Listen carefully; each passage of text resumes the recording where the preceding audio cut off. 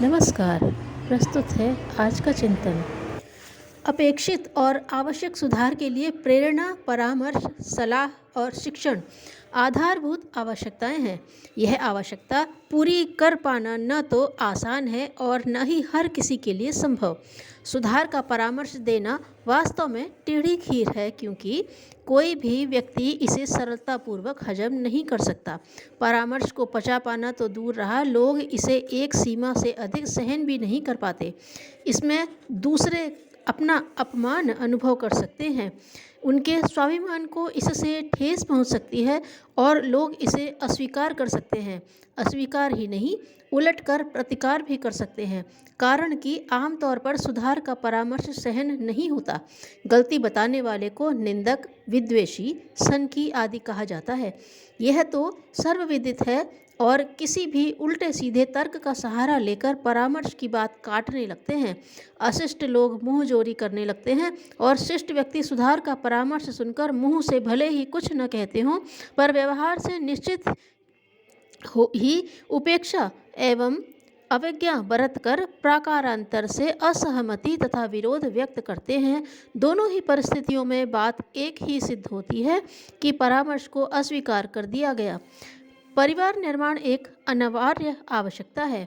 इस आवश्यकता की पूर्ति के लिए परिवार में प्रचलित परंपराओं तथा स्वजनों में विद्यमान दोष दुर्गुणों का परिष्कार करने के लिए परामर्श देना भी आवश्यक है।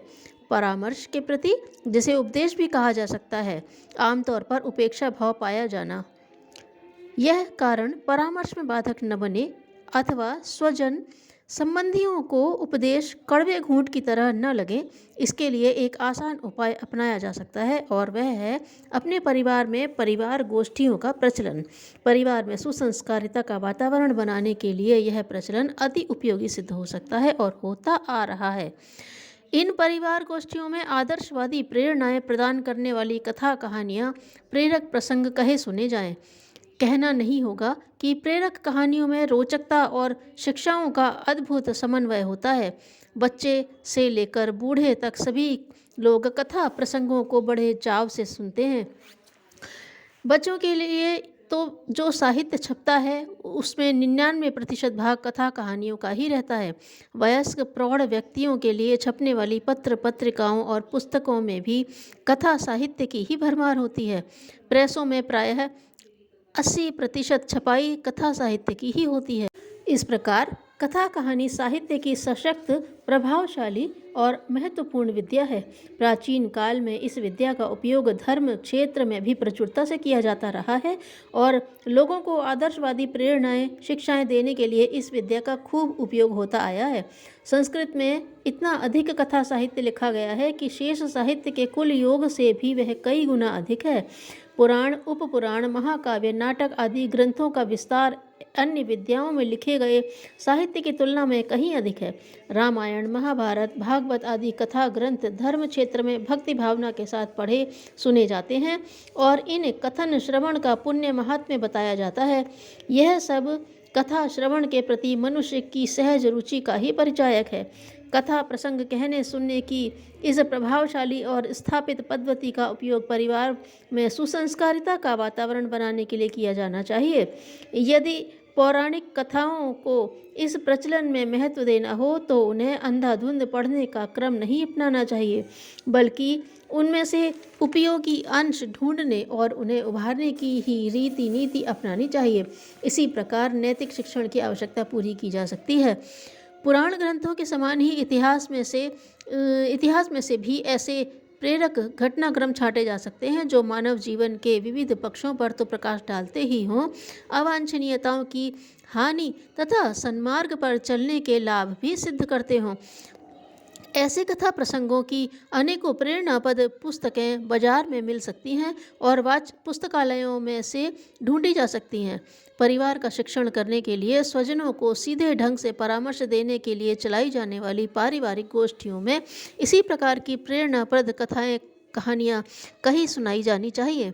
इसी क्रम का आरंभ हो जाने के बाद गोष्ठी में सम्मिलित होने के लिए न तो किसी से आग्रह करना पड़ेगा और न ही उन्हें समझाने दबाव डालने की आवश्यकता पड़ेगी।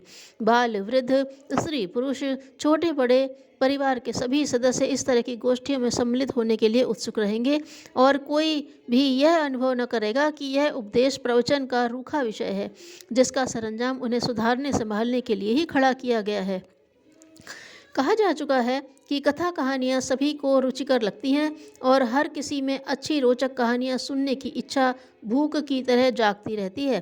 संयुक्त परिवारों में अभी भी बड़ी बूढ़ी स्त्रियों को छोटे बच्चे घेर कर बैठ जाते हैं और उनसे कहानियाँ सुनने का आग्रह करते हैं। यह बात अलग है कि दादी नानी की कहानियों में शिक्षा भले ही कम मिलती हो, उनमें रोचकता का ही ज़्यादा समावेश रहता है, किंतु यह सच है कि उनकी रोचकता बच्चों को बांधे रखती है। कहानियाँ बच्चों को ही प्रिय लगती हों ऐसा भी नहीं है। गाँव में जहाँ मनोरंजन के आधुनिक साधन नहीं पहुँच पाए हैं, लोग चौपालों पर बैठकर सिंहासन बत्तीसी, वेताल पच्चीसी, अकबर बीरबल के मजाक, आला उदल की कहानियाँ और रामकृष्ण के जीवन प्रसंग बड़े चाव के साथ कहते सुनते हैं। मनोरंजन के आधुनिक साधन इन दिनों उपलब्ध हैं, वे भी एक प्रकार से कहानियाँ ही कहते बताते हैं। उदाहरण के लिए सिनेमा इत्यादि को ही लिया जाए।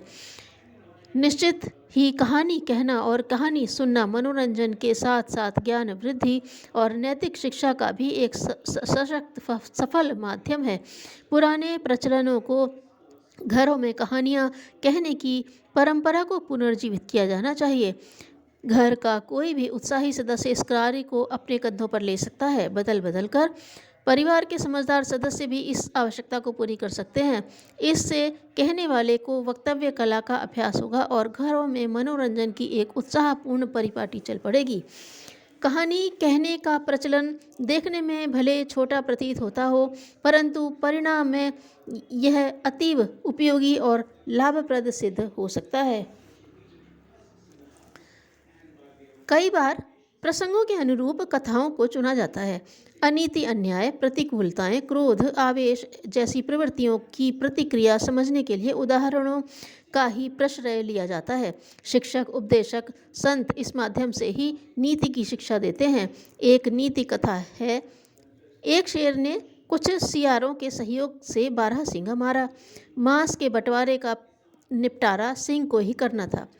उसने शिकार के टुकड़े किए, कहा एक टुकड़ा राजवंश का, दूसरा राजवंश का कर, दूसरा टुकड़ा अधिक पुरुषार्थ करने से मेरा, तीसरा स्वयंवर जैसा है।